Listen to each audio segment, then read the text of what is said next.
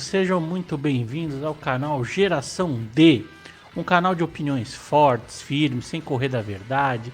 Falamos aqui sobre política, sobre comportamento, sobre coisas do dia a dia.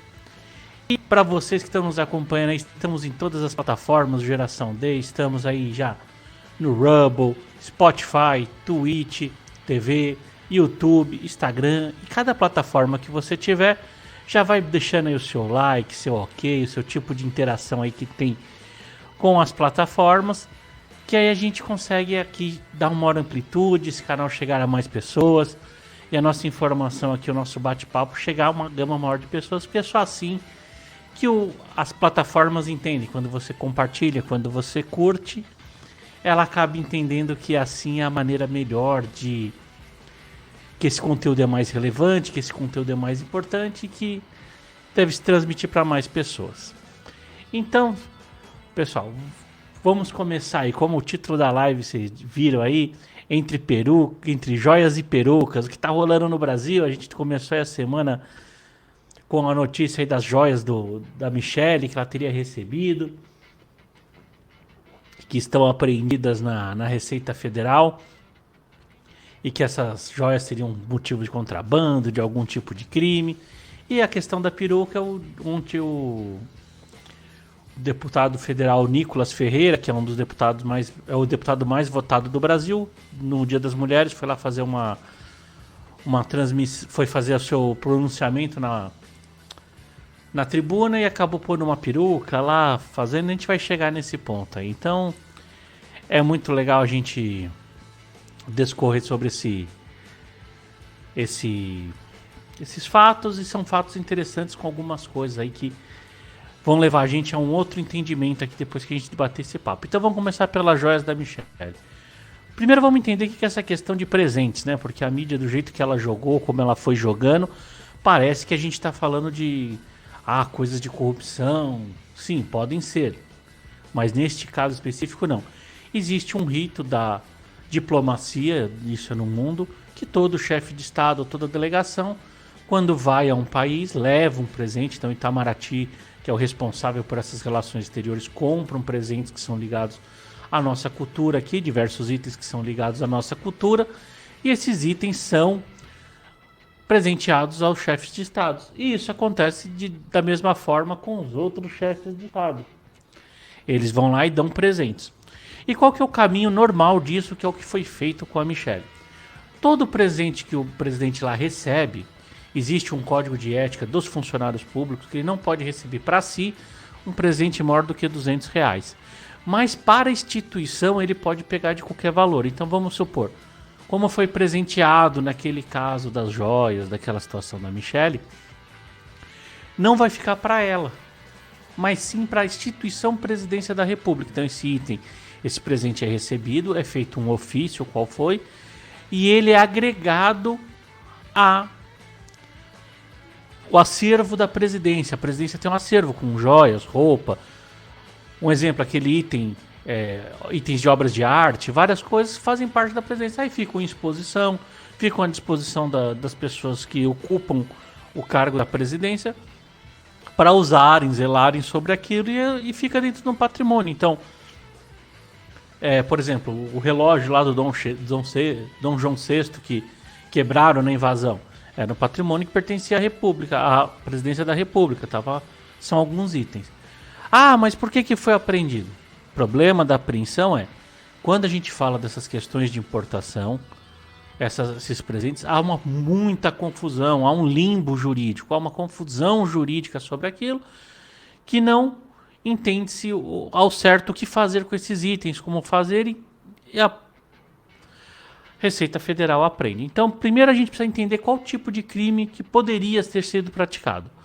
O único crime que poderia ser praticado ali era o descaminho. Por que é o descaminho, não o contrabando? O contrabando é quando algo é proibido de ser comercializado no Brasil e você traz escondido. O descaminho não. O descaminho é um presente, um produto que é possível ser vendido no Brasil, que existe tributação para ele, você traz importado e ali você paga os seus impostos, você recolhe os impostos e adentra com aquele produto.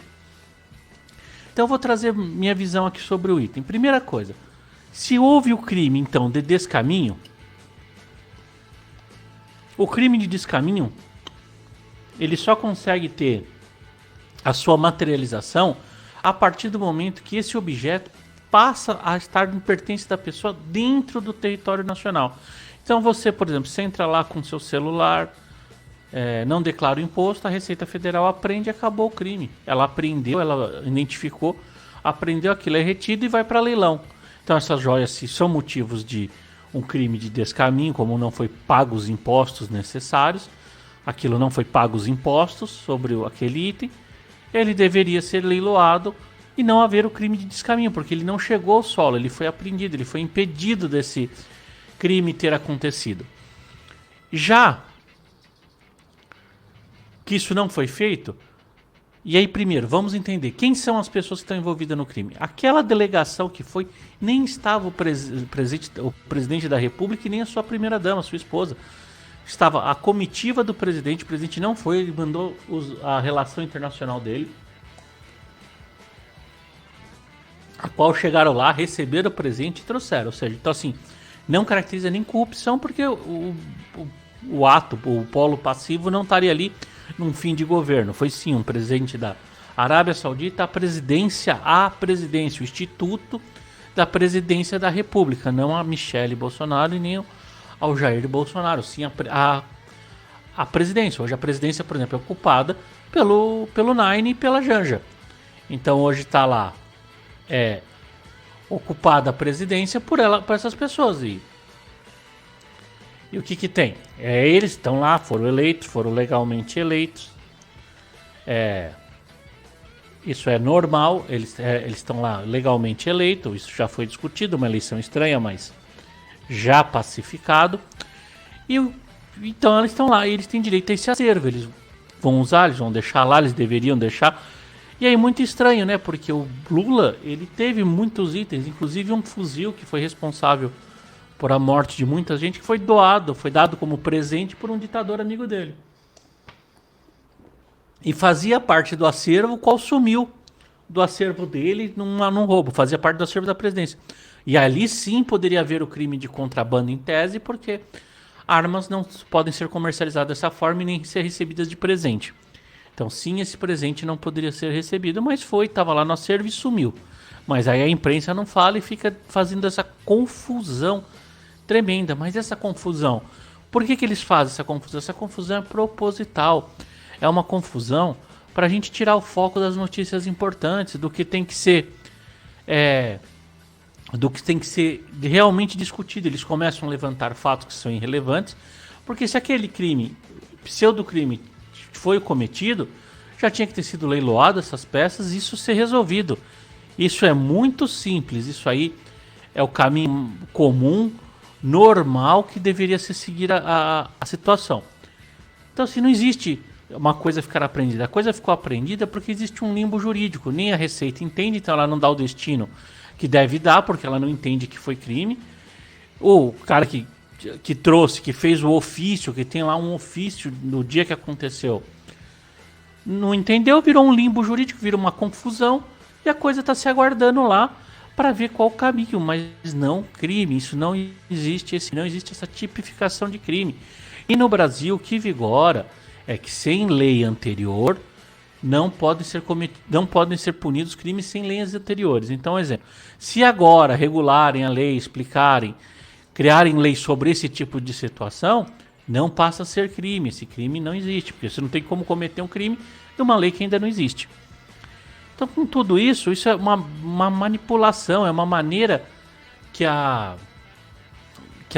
mídia e a esquerda faz para desviar o foco. Ela desviar o foco, por exemplo, da gestão deles que estão indo mal, da falta de força política que eles estão dentro do Congresso, ou toda a falta de traquejo que eles estão tendo com a economia. Então eles tiram dessa discussão, eles tiram o foco dessa discussão, e isso já vai ser um gancho para o que a gente vai falar logo agora a seguir aqui a respeito do Nicolas, do comportamento do Nicolas, do que a gente viu. Então assim, eles vão criando cortinas de fumaça, levantando isso tudo fora de contexto, tudo que é fora do comum, fora do errado, para ludibriar. É uma guerra de quinta geração, uma guerra de informação. Então assim, eles vão confundindo com informações parte verdadeira, a parte mentirosa, a parte certa, a parte errada. E isso vai causando uma confusão. Aqui o Paiva, que dá nojo, é a Rede UOL falar mal de dia e de noite do Bolsonaro, sem contar que estão focando na família do Bolsonaro. Exatamente. E isso é programado. Por quê? Porque foi ventilado com poucos dias. A Michelle tomou posse da presidência do PL, mulher. Então, assim, é parte do jogo político essa começar a se fazer mal. O que a gente não pode é entrar nessa pilha e não focar no que é certo. O que nós temos que focar? Bolsonaro passou. Qual que é o governo agora que está? É Lula. Tudo que está acontecendo e tem que ser discutido é o que está acontecendo agora sobre o Lula. O que foi feito, não interessa. Porque nós também acabamos, de certo momento, entrando nessas pilhas de discussão. Tanto que eu trouxe esse vídeo aqui falando desses dois casos da direita. Porque nós de direita acabamos tendo que se justificar que estamos sempre certo, estando certo. E alongando de forma exacerbada esse tipo de justificativa. Por quê? A gente não precisa ir tão longe a respeito do... A gente não precisa ir tão longe quando a gente fala do que a gente está certo. Você está certo, você dá uma pequena explicação, dá uma explicação técnica, não precisa ficar rendendo. A Joyce da Michelle ficou rendendo 3 a 4, 5 dias no canal de direita, nos canais de direita, falando sobre esse tema, que é um tema que já foi resolvido, é simples discussão, e não se entra na proposição correta, que é o que este governo está fazendo. O que está acontecendo com esse governo? Por que esse dinheiro não está indo lá? Cadê o dinheiro? Cadê o que aconteceu nos atos de 8 de janeiro? Por que eles estão querendo tirar as assinaturas da CPMI? Por que eles estão fazendo todo esse movimento? Cadê a economia? Cadê a picanha? Cadê a cervejinha? Cadê as casas populares? Cadê as obras boas? É isso que a gente tem que discutir. O Bolsonaro passou. Ele tá lá, ele não é presidente agora, ele é o ex-presidente. Todas as responsabilidades do que acontecer agora é do Lula. O que for bom e o que for ruim é na conta dele. Bolsonaro já era. O Bolsonaro é 2026. Se ele quiser voltar, se ele sentir a vontade de voltar, se for o propósito dele, o chamado dele, ele vai ter o poder político dele. Mas nesse momento, ele não tem nada a ver desse foco, dessa discussão, dessa conversa sobre ele. Por quê? Porque não querem chegar. Só que nós estamos se permitindo também entrar nessa discussão. Eu vejo canais como a Jovem Pan, como a Revista Oeste, às vezes demandando muito tempo nessas discussões sobre esses temas que são temas irrelevantes. Há crime? Não há. Se há crime, como é que resolve esse crime? Esse crime tem que ser feito assim, assim, assado. Não foi? Então, se não foi, não há crime, não há investigação, morreu o assunto, acabou, vamos falar do que dá para discutir. Porque se a gente fica sempre nessa situação de vai para frente, aí eles levantam uma cortina de fumaça, a gente vai numa tropa de choque lá para defender, para falar que é certo, a gente nunca vai conseguir fazer uma oposição real, que é o quê? A crítica a esse governo, a imposição, a discutir o que está acontecendo nesse governo. O que passou no governo passado, passou. Já foi feito. O que foi feito de bom e de ruim lá, já foi feito. Agora nós temos que discutir o que é de bom e de ruim nesse atual governo. Que é assim que a oposição funciona. Aí o Paiva aqui. Sobre o Flávio Dino, que não investigaram a verba desviadas do Covid, milhões de pessoas. Exatamente. Isso era uma coisa que tinha que ser investigada, mas o mais impressionante, quando a gente às vezes fala do Flávio Dino, ele era governador do Maranhão, fez esses atos, fez atos ditatorial no Maranhão, e o Maranhão vai lá e elege ele senador da República, porque o Flávio Dino, fora ministro da Justiça, ele é senador eleito. Ele está eleito, então assim que ele cair como ministro da Justiça, que logo mais ele vai cair devido a excessos de aparecer que ele está aparecendo, decisões erradas que ele está tomando, ele vai cair como muitos ministros vão cair nesse troca-troca de ministros. Ele vai ser senador da República por 8 anos, porque ele foi eleito nessa legislatura. Então, assim, a população tá falando que o crime compensa, porque houve desvio, a população do Maranhão sofreu, lá foi um dos lockdowns mais severos que tiveram, bateram na população, fecharam com força militar, fecharam a rua, tinham filmagens, eles usavam aquela sirene, que é a sirene típica de quando tem bombardeio, aquela eles usaram aquilo, passavam com carros em comboio, E a população achou bacana, vota. Então, assim, essa questão dos respiradores nunca vai ser investigado porque a população referendou o cara. O cara saiu de governador para senador da República no Maranhão. Que uma votação de senador para a República é tão difícil quanto de governador. Então, assim, ele está bem aprovado lá no Maranhão. Então, o que eles fizeram lá vai ficar na conta na nossa conta, né? A gente vai pagar essa conta e esse assunto não vai ser investigado. Mas o que é o mais importante? É discutir a atualidade, é discutir o que a gente está vendo hoje. O que ele está fazendo hoje? O que o Flávio Dino está fazendo hoje? Por exemplo, dentro dele como ministro da Justiça, o que ele fez no dia 8/11 no ataque, naquela situação que aconteceu em Brasília? Qual que é a responsabilidade dele? Qual que é a responsabilidade dele nos decretos de armas, que está sendo um problema, que está causando um problema tremendo, um erro legislativo, um erro constitucional? Isso que a gente tem que começar a discutir, o que é o presente. O passado passou. E discutir o presente, a gente focar agora nas críticas ou nos elogios, no qual for a posição, do que está acontecendo agora, porque senão a gente não vai discutir nunca o agora, a gente fica comparando com o passado, fica discutindo o passado, e a gente entra nessa cortina da fumaça e aí tá passando o tempo, e nada está acontecendo, nada tá indo à frente. Por quê? Porque a gente às vezes está gastando muito tempo, muita energia, muita força discutindo e entrando nessas cortinas de fumaça, porque para eles tá maravilhoso. Enquanto eles discutirem e falarem de Bolsonaro até daqui 4 anos, 5 anos, para ele vai ser maravilhoso, porque enquanto se discute Bolsonaro, discute passado, o presente está rolando e eles estão indo e a situação não vai chegar a lugar nenhum. E isso que a gente eu trago aí, eu já entrando agora assim, mais na questão do Nicolas. O que eu falo de estratégia, gente? A gente tem que ser mais estrategista, cobrar dos nossos deputados mais estratégia. Poxa, ontem foi o Dia Internacional da Mulher. Você vai subir para fazer um pronunciamento seu e usa de uma como é que eu posso falar? De uma retórica não muito ortodoxa para se expressar, para fazer sua crítica. Porque sim, o discurso dele tinha críticas importantes, tinha críticas muito relevantes que tinham que ser feitas, mas poxa, como estratégia, tinha que ser feito pelo Nicolas? Tinha que ser feito com uma peruca? No dia... É uma provocação muito incisiva, é um chute na canela. Pra que se dá um chute na canela?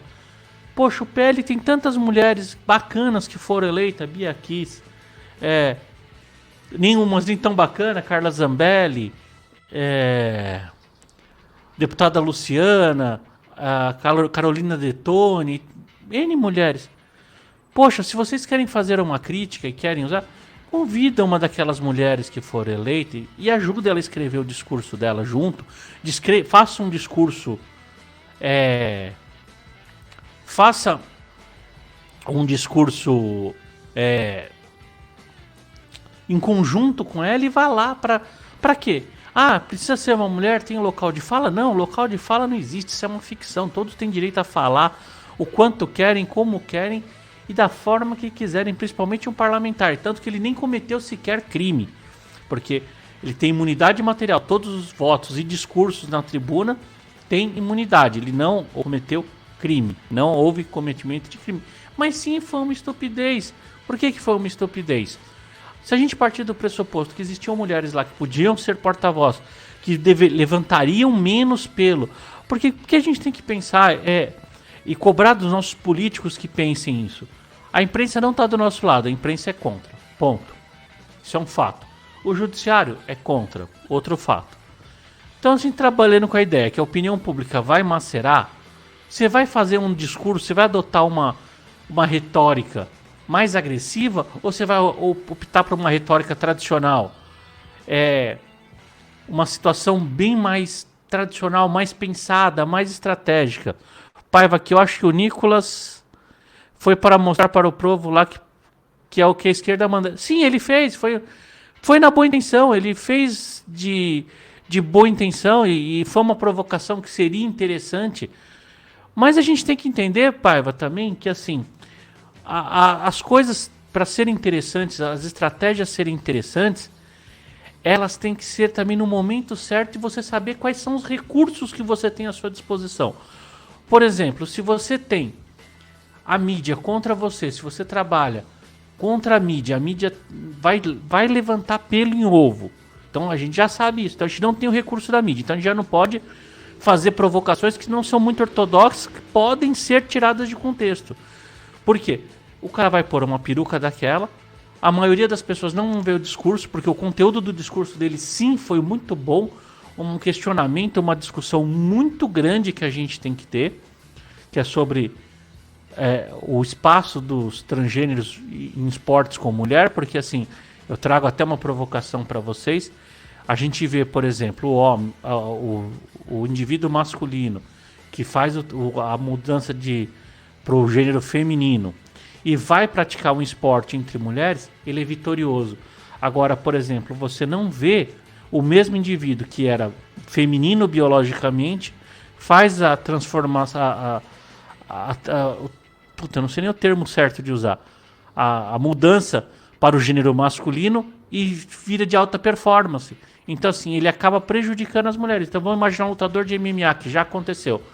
Um lutador de MMA que era do gênero masculino, ele mudou para o gênero feminino, foi lutar com mulheres e ganhou das mulheres. E tá lá com alta performance. Um jogador de vôlei é a mesma coisa.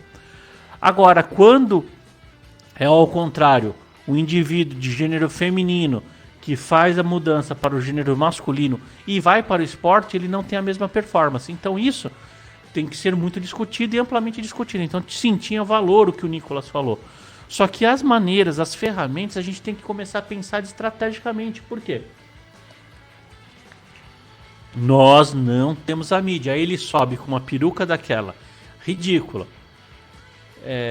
Que a Globo não vai mostrar o conteúdo do discurso dele, que as mídias tradicionais não vão mostrar o discurso dele, vão mostrar ele só com aquela figura, a senhorinha que está lá assistindo aquele programa, que não vai ouvir o conteúdo, vai ver a sua imagem, vai se chatear.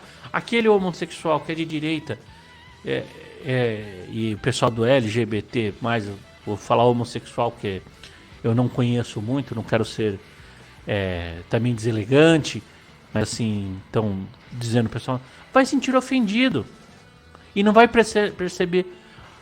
Por quê? Porque vão mostrar a sua imagem. Então a gente tem que tomar cuidado com a forma, a gente tem que ter cuidado com a maneira que se apresenta as provocações, ter muito cuidado com isso, porque nós vamos gerar uma imagem. É o que aconteceu com a Carla Zambelli. Ela podia estar lá no restaurante? Podia, mas não deveria. Não deveria, por quê? Porque aconteceu o que aconteceu. Ela sofreu uma violência, ela reagiu à violência. A Globo pegou aquela imagem, bateu por 10 horas e a diferença entre Bolsonaro e Lula foi o Colégio Eleitoral de Campinas. Para vocês terem uma ideia. Então Campinas foi o que poderia decidir a eleição. Então tem coisas que temos que ter estratégia. A gente tem que entender muito bem que a gente não tem aquela ferramenta, que a gente não tem aqueles acessos. Então quando a gente não tem, a gente fala com mais cuidado, a gente pensa muito mais o que vai fazer, como falar, embala melhor o produto, faz uma capa melhor. É a mesma coisa. Se você vai fazer um livro infantil, você tem que tomar cuidado com as palavras que vai usar, com o conteúdo que vai aplicar e pôr cores, forma para atrair a criança para ler aquele livro. Quando a gente está falando com pessoas que já têm um certo preconceito com a gente, já não gosta que a gente é de direita, e vai usar e está procurando, eles estão com lupa, eles estão como se tivesse com uma lupa, olhando cada detalhe, cada entrelinha. Então temos que ter mais estratégias, ser mais inteligentes, cobrar e não apoiar também tanto o deputado. Por exemplo, vai lá na rede do Nicolas e fala: Nicolas, o seu conteúdo foi muito importante, agora a sua forma foi um pouco que dá um motivo. A gente tem que começar a pensar nisso, porque veja bem, a gente já aprendeu. O Bolsonaro ele revelou pra gente o tamanho do inimigo da imprensa. O Bolsonaro fez um bom governo, com ótimas realizações, grandes coisas, e falava do jeito dele. Ele tinha um jeito um pouco mais agressivo, como eu também tenho, de falar. Ele era mais entusiasta a falar. As pessoas tiravam a palavra dele de contexto, queimavam ele, tiravam isso, tanto que ele é acusado de genocida sem ter sido, o país que mais vacinou gente, e o pessoal agredia ele por isso. Por quê? Porque sim, a gente não tem a mídia, a gente não tem o judiciário, então a gente sabendo que a gente não tem essas ferramentas, não adianta ficar aí nela. Aí eu falando dessas ferramentas do judiciário, eu vejo muito programa de direita, para Pavinato, pessoas jurídicas. Hoje mesmo, a Ana Paula Henke, que cobrou lá na Revista Oeste. Cadê o nosso Randolph Rodrigues para entrar no STF? Não tem, porque, por exemplo, se a gente usar o decreto de armas do Lula, ele há uma ilegalidade ou uma inconstitucionalidade. O STF já falou que não pode discutir isso na justiça comum. Então eu, Kleber, não posso entrar aqui na justiça de primeiro grau para discutir este assunto.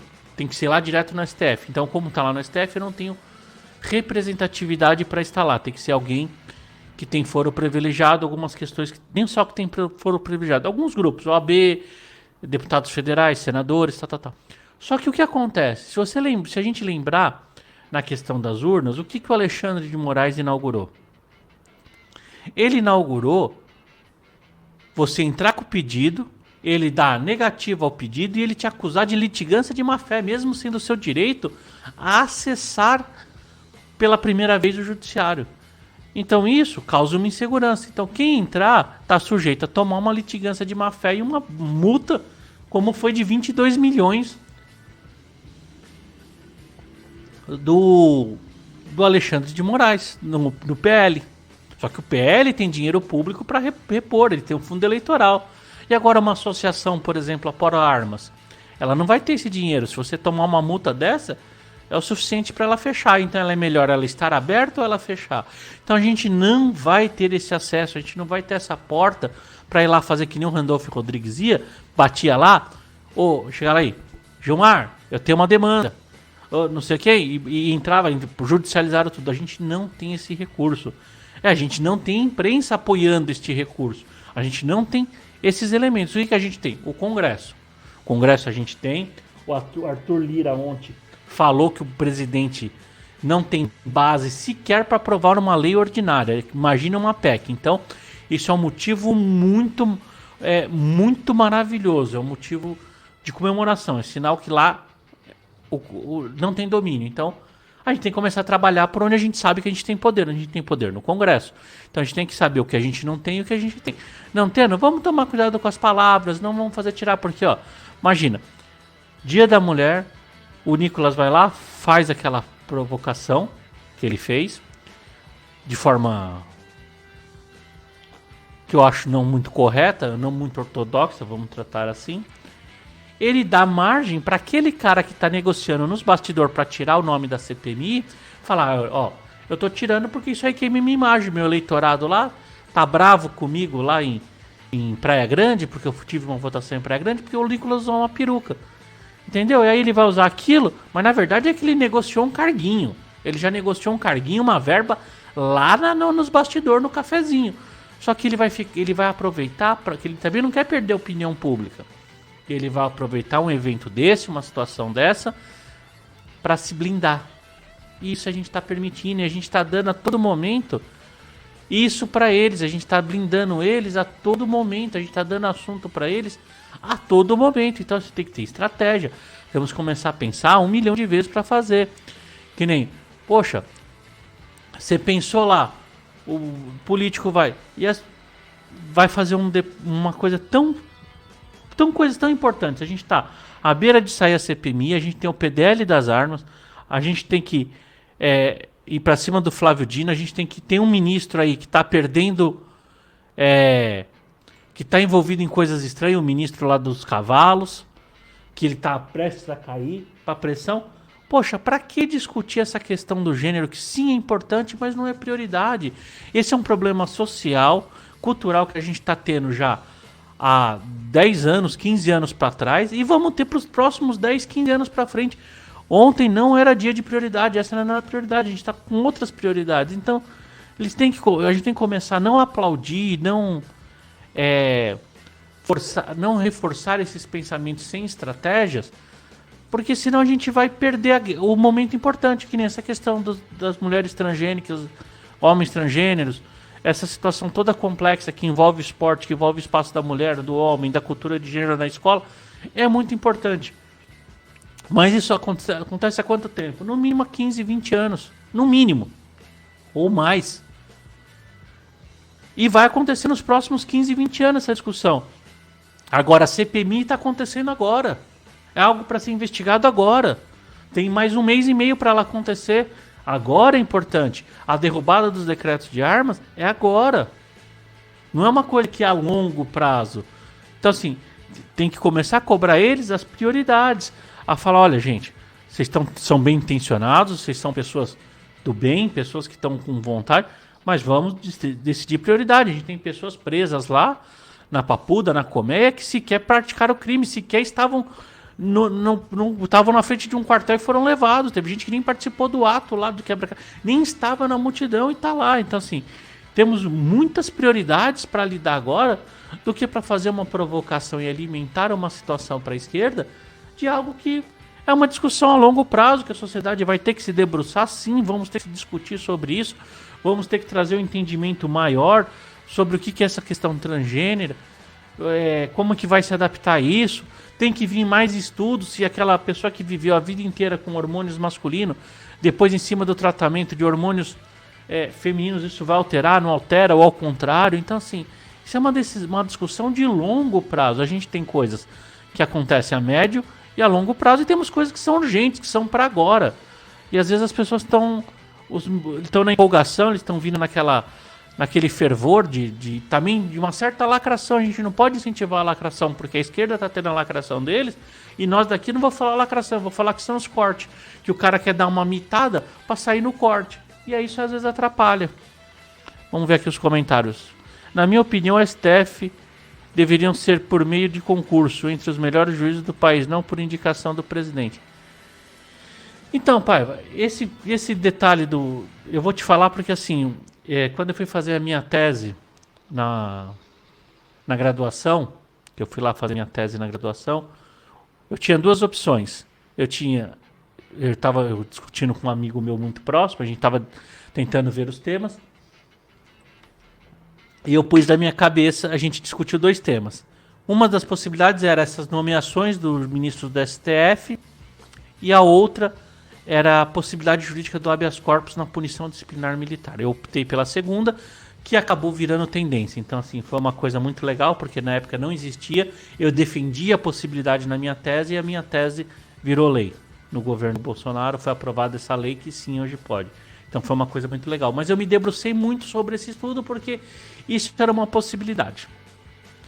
E aí, qual que era o problema disso aí? Se a gente faz concurso público, o que impede o corrupto de ir e prestar o concurso público e ser um juiz? Ele caminhar, por exemplo, eu tenho conhecidos da minha turma, conhecidos não, eu tenho contemporâneos da minha turma, que uma organização criminosa do país pagou a formação acadêmica dele, pagou o concurso dele para juiz, e ele acabou não concluindo, ele se afastou, não concluiu. Mas eles estavam programando e financiando este indivíduo para isso. E isso temos notícia. Isso não é impedimento, porque o crime organizado, a organização não impede que você vá lá. Então, por exemplo, se a gente usar por esse meio, onde são as maiores doutrinações de esquerda? Vamos até sair da parte criminal e vir para a parte da esquerda ou direita. As maiores doutrinações são nas faculdades federais. Por exemplo, você pega o Largo São Francisco hoje, aquilo é um reduto da esquerda, um reduto de canhoteiro do pessoal anti-horário. Aquele reduto da galera anti-horária ali, todos os professores que são os melhores professores do Brasil são concursados. E o que o esquerdista faz? Ele se prepara, ele vai lá e presta o concurso para doutrinar, porque no Largo São Francisco vão sair os maiores juristas do Brasil, vão sair as maiores cabeças do Brasil, porque ela é a mais antiga e a melhor faculdade de direito do Brasil, ou era, pelo menos, a melhor faculdade de direito do Brasil. Para vocês terem uma ideia, onde eu me formei, por que eu falo melhor? Eu me formei com um professor que... Vamos usar, por exemplo, direito administrativo. Direito administrativo, a Ada Pellegrini era a maior doutrinadora desse tema. O meu professor que me ensinou direito administrativo, ele aprendeu direito administrativo lendo um livro da Ada Pellegrini. O meu colega de pós-graduação, ele teve aula com a Ada Pellegrini. Então qual a chance daquele rapaz que aprende direto com a fonte ter um conhecimento melhor do que o meu? Então, lá tá. A esquerda se infiltrou, prestou os concursos, se capacitou para estar lá dando aula para essas melhores mentes, para as pessoas, para as classes dominantes. Porque através das classes dominantes, por exemplo, a gente vê em São Paulo, os melhores colégios, colégio de 20 mil reais por mês, todos os professores são canhota. Por que eles são canhota? Porque daquele colégio, grande possibilidade, não quer dizer isso, mas grande possibilidade, porque o nível de ensino, o nível, a qualidade, a intensidade de recurso que aquelas pessoas têm, provavelmente eles vão se tornar as mentes pensantes, vão ser os próximos jornalistas, os próximos juristas, os próximos médicos. Eles já estão infiltrados lá. Então, se a gente fizer isso na corte, vai acontecer a mesma coisa. O que vai acontecer? O cara vai lá, eu sou canhoteiro, eu sou o... Por exemplo, Flávio Dino. Flávio Dino é juiz federal. O cara não sabe fazer um decreto dentro da Constituição. E ele é juiz federal. Ele é um juiz federal. Então isso não impede o concurso, não impede que adentre lá. Que o canhoteiro ele vai entrar. Então ele vai chegar lá. O juiz ele tem 3 poderes constitucionais. Todos os juízes eles são inamovíveis. Eles não podem ser tirados do lugar, não podem ser promovidos, não podem ser demitidos. Os seus empregos são vitalícios e assim tem que ser, porque senão você demitiria, você tiraria o juiz de lá. Então esse não tem caminho. E aí, por incrível que pareça, a melhor forma, a mais segura, se você analisar todas as possibilidades, eu já usei a possibilidade de mandatos de 8 anos, concurso, tudo o que passou na minha cabeça, tudo que eu me debrucei horas sobre isso, nada foi infalível. A única coisa que é falível é o nosso sistema atual, que são sistemas de freios e contrapesos. O que poderia melhorar? Tirar o foro privilegiado de senadores. Porque o que aconteceu? O que travou? Uma casa que julga a outra. Aí o foro privilegiado dos senadores fica no STF. O STF não julga, por exemplo, o Renan Calheiros tem 40 processos que o ministro senta em cima. E aí eles ficam nessa troca de seguro daqui e seguro de lá. Por quê? Se a gente analisar no papel, é muito, muito bom o nosso sistema de freios. Por quê? Se um ministro do STF mijar fora da bacia, ele sofre o pedido de impeachment no Senado e é mandado embora. Então ele seria melhor do que um concursado. Só que aí qual que foi o problema? A gente foi votando em pessoas que têm condenações criminosas, por exemplo, vamos usar o Renan Calheiros. Em tese, para eu não ser preso aqui, não ser julgado, o Renan Calheiros tem alguns processos no STF. Aí quem que o povo elege para senador também? O Renan Filho. Aí você dá o faca e o queijo na mão pro cara que tá lá sentado na cadeira do STF travar o troço. Então assim, o problema nosso não tá no sistema, tá sim na gente. E a gente tem que olhar para o nosso país. O problema não é o nosso presidente, não é a nossa indicação, não é o nosso molde. É o voto, é a ferramenta. A gente põe lá Renan pai, Renan filho. Quando que vai sair um impeachment de ministro do STF? Nunca. Aí você vai lá, elegem o... Como é que chama? O Pacheco. Elegeram o Pacheco. O Pacheco ele só é o advogado da causa lá de Brumadinho. Uma causa que está no STF. Você acha que ele, como advogado de uma causa, de uma situação tão importante como aquela, uma discussão, uma tragédia daquela monta, você acha que ele vai comer na mão dos juízes para a causa dele não ser prejudicada? Lógico, por isso que ele está lá na mão dos ministros. Então, o problema sempre termina na gente. Nós pomos pessoas lá, o material humano de merda. Aí põe o material humano de merda, tudo fica difícil de trabalhar e aí o sistema se come. Mas não o sistema em si, o sistema é funcional. É que nem a discussão que eu tenho muito com o pessoal é a respeito de leis. O pessoal fala, nós precisamos de leis novas no Brasil, as leis no Brasil elas são muito ruins. A lei no Brasil é maravilhosa. O problema é que não se aplica a porcaria da lei. Que nem então agora com a PEC do Sérgio Moro, de prisão em segunda instância.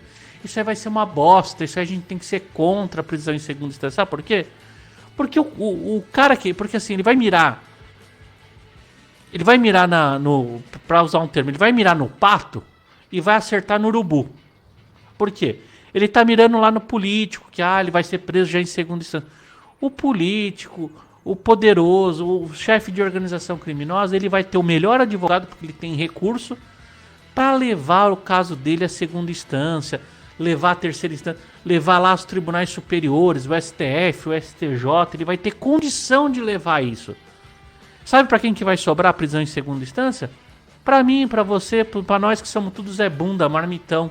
Nós que somos marmitão aí que batemos laje todo dia, que estamos aí na labuta, que não temos dinheiro para nada, aí a segunda instância vai vir.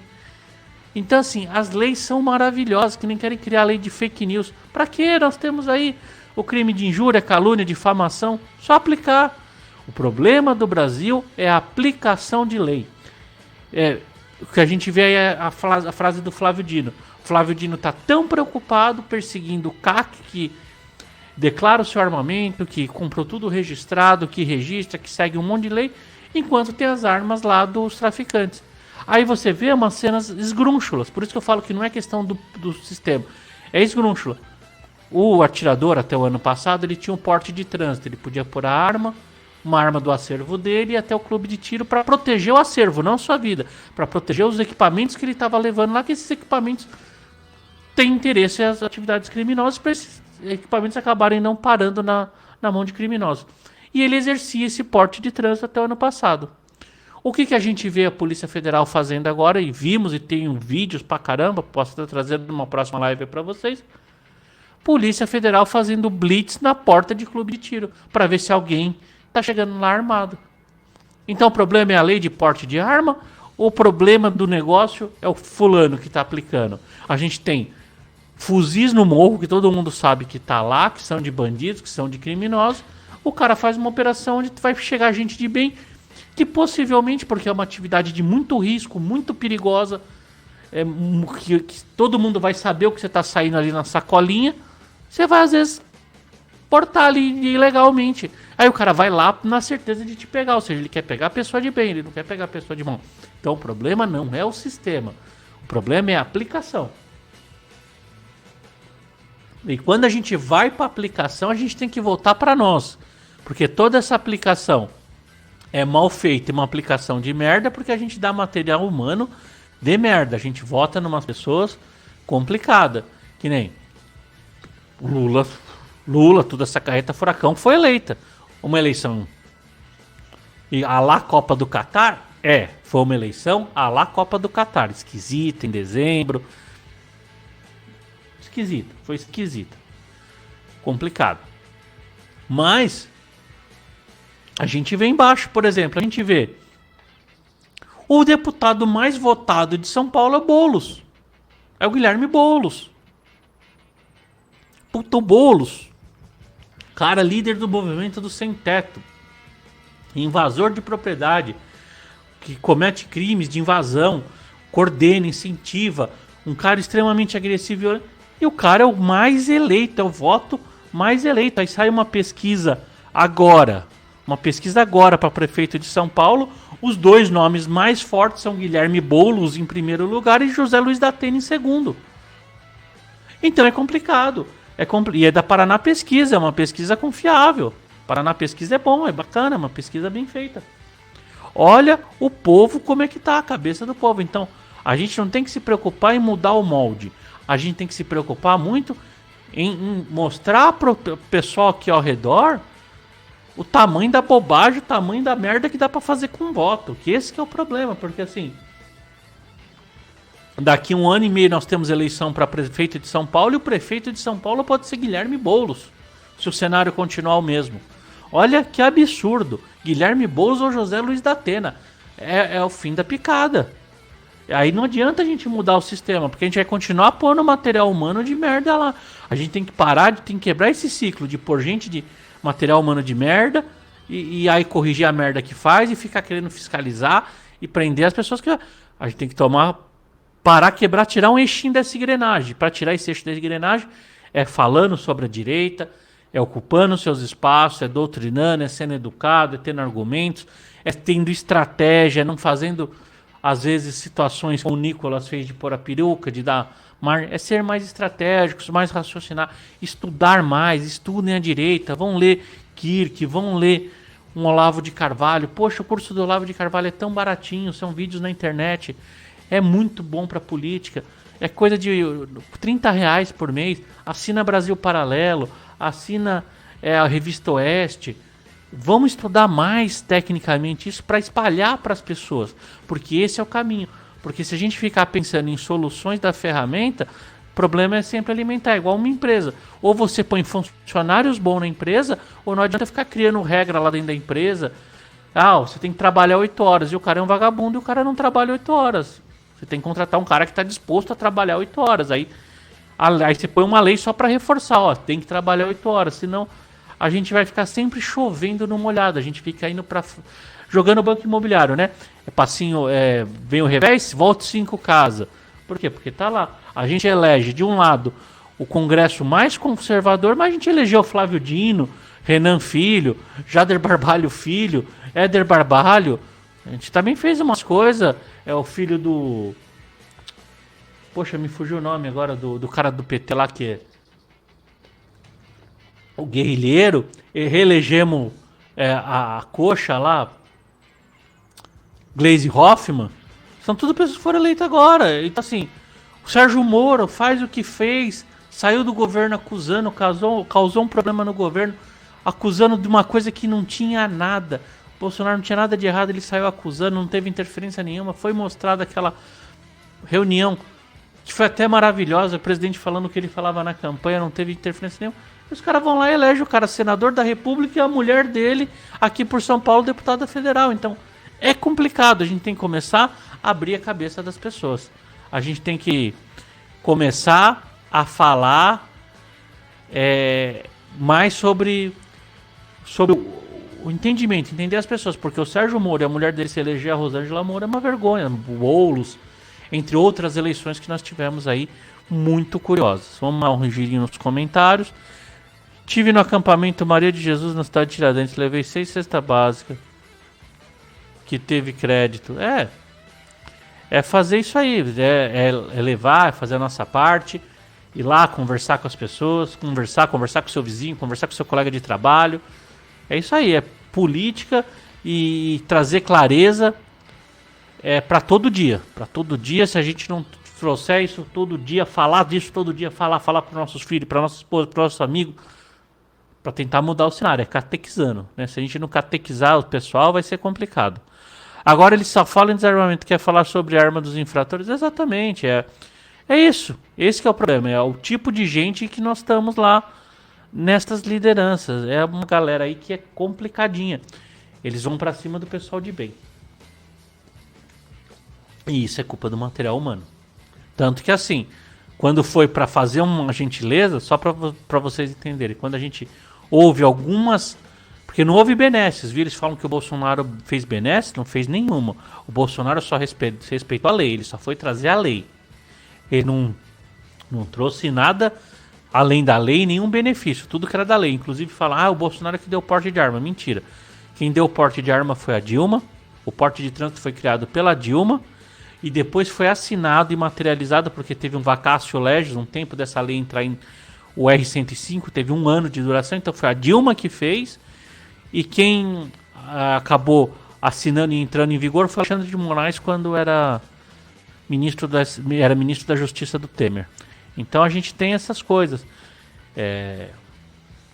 Tem que tomar muito cuidado com isso. Então assim, e quando o Bolsonaro teve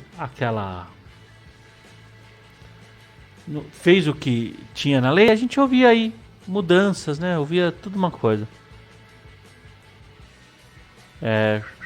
Deixa eu ver aqui. O Paiva quis dizer que levou a cesta e o Boulos estava lá, levou o crédito de doação que ele levou. Entendi. Eu não sabia, pensei que era... valeu pela errata aí. Então, complicado, né? A gente tem que levar lá fazer esse trabalho. É complicado mesmo. Então, gente, eu acho que isso por hoje é só. Eu acho que lá já no Instagram caiu. Estou tentando uma plataforma nova aí do Instagram, que a gente está usando um novo sistema. Eu achei que conseguia vir aqui os comentários direto, não veio. A outra plataforma deu errado, então a gente não conseguiu transmitir, mas hoje acho que a gente conseguiu transmitir direto pro Instagram também.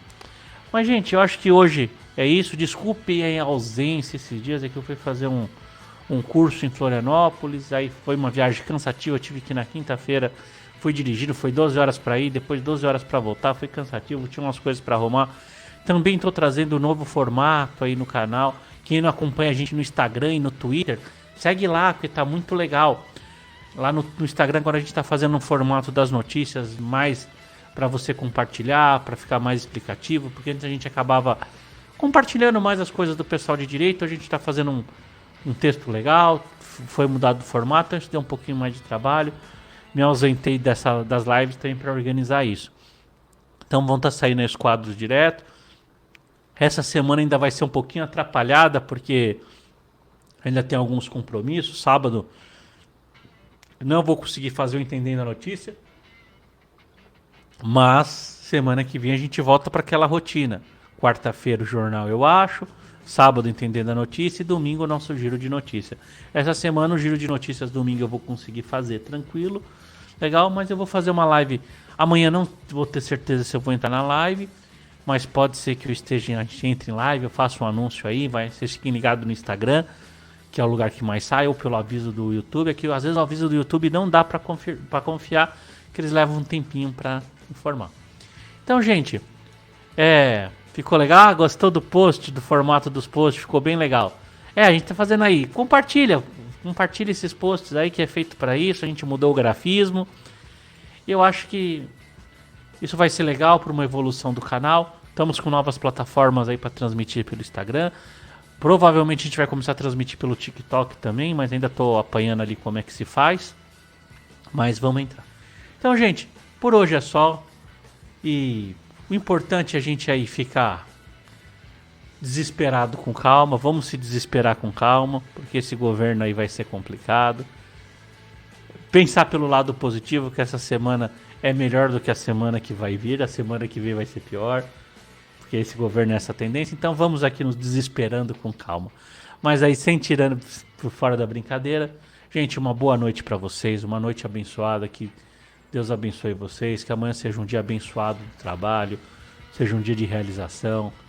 Provavelmente amanhã a gente vai estar de novo aqui na live, eu mando um convite aí para nas redes. Espero vocês aqui na nossa próxima live. E sempre lembrando, a guerra só está começando. A batalha é longa, dura e árdua. A gente não vai perder. A vitória é certa. É só a gente seguir firme, fortes e confiantes aqui. Porque eu acredito na vitória, eu acredito num Deus vitorioso. Então, a vitória é certa pra gente. É só a gente fazer o certo aqui, ajeitar os ponteiros, tomar cuidado aí para não ratear e continuarmos resilientes. Então, minha gente, uma boa noite para vocês, um bom dia de trabalho amanhã e até mais, minha gente. Até mais. Beijo, tchau, tchau.